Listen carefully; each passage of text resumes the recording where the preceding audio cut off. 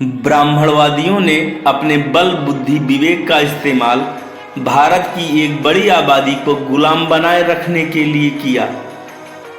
भारतीय लोगों के मस्तिष्क से सम्राट अशोक को बड़ी ही चतुराई और चालाकी से ब्राह्मणों ने भुला दिया है। बौद्ध धर्म यानी समता, स्वतंत्रता, बंधुत्व और न्याय की शासन पद्धति यानी मानव कल्याण की समाज में व्यवस्था नष्ट करने के लिए ब्राह्मणों को अशोक की यादें नष्ट करना बेहद जरूरी था। इसी उद्देश्य की पूर्ति के लिए उन्होंने अशोक से संबंधित दिनों को काल्पनिक राम के उत्सव में तब्दील कर दिया।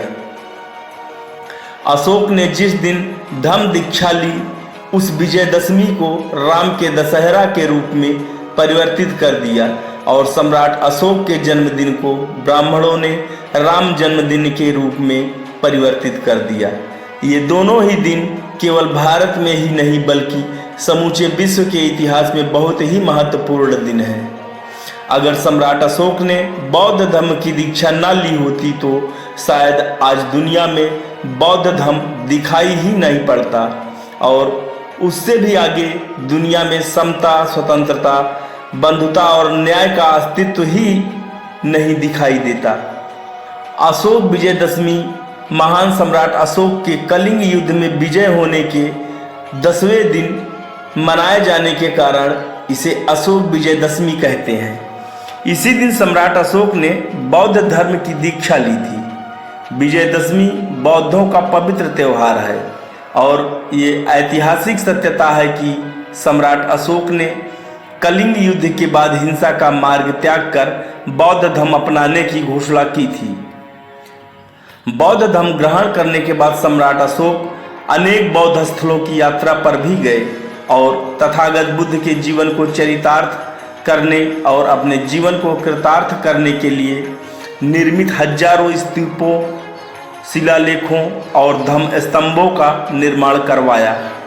सम्राट अशोक के इस धार्मिक परिवर्तन से खुश होकर देश की जनता ने उन सभी स्मारकों को सजाया, संवारा और उस पर दीपोत्सव किया।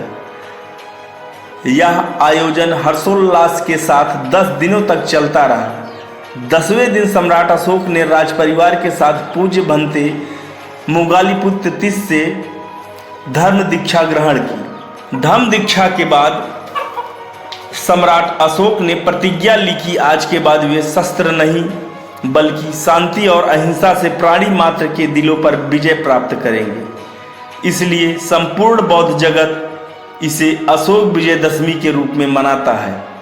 लेकिन कहा जाता है कि ब्राह्मणों ने इसे काल्पनिक राम और रावण की विजय बताकर बहुजनों के इस महत्वपूर्ण त्यौहार पर कब्जा कर लिया है। जहां तक दशहरे की बात है तो इससे जुड़ा तथ्य यह है कि चंद्रगुप्त मौर्य से लेकर मौर्य साम्राज्य के अंतिम शासक बृहदर्थ मौर्य तक कुल 10 सम्राट हुए हैं। अंतिम सम्राट बृहदर्थ मौर्य की उसके सेनापति पुष्यमित्र शुंग ने हत्या कर दी और शुंग वंश की स्थापना की। कहा जाता है पुष्यमित्र शुंग ब्राह्मण था। इस समाज ने इस दिन बहुत बड़ा उत्सव मनाया। उस साल यह अशोक विजयदशमी का ही दिन था। उन्होंने सम्राट अशोक का नाम हटा दिया और जश्न मनाया। इस जश्न में मौर्य वंश के 10 सम्राटों के अलग अलग पुतले न बनाकर एक ही पुतला बनाया गया और उसके 10 सिर बना दिए गए और उनका दहन किया गया। आज भी ब्राह्मण इस अशोक विजयदशमी के महापर्व को राम रावण की विजय बताकर 10 मौर्य सम्राटों का पुतला दहन करते हैं।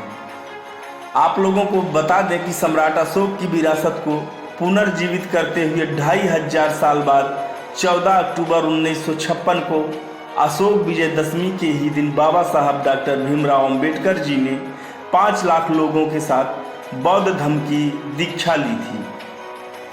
जय भीम, नमो बुद्धाय।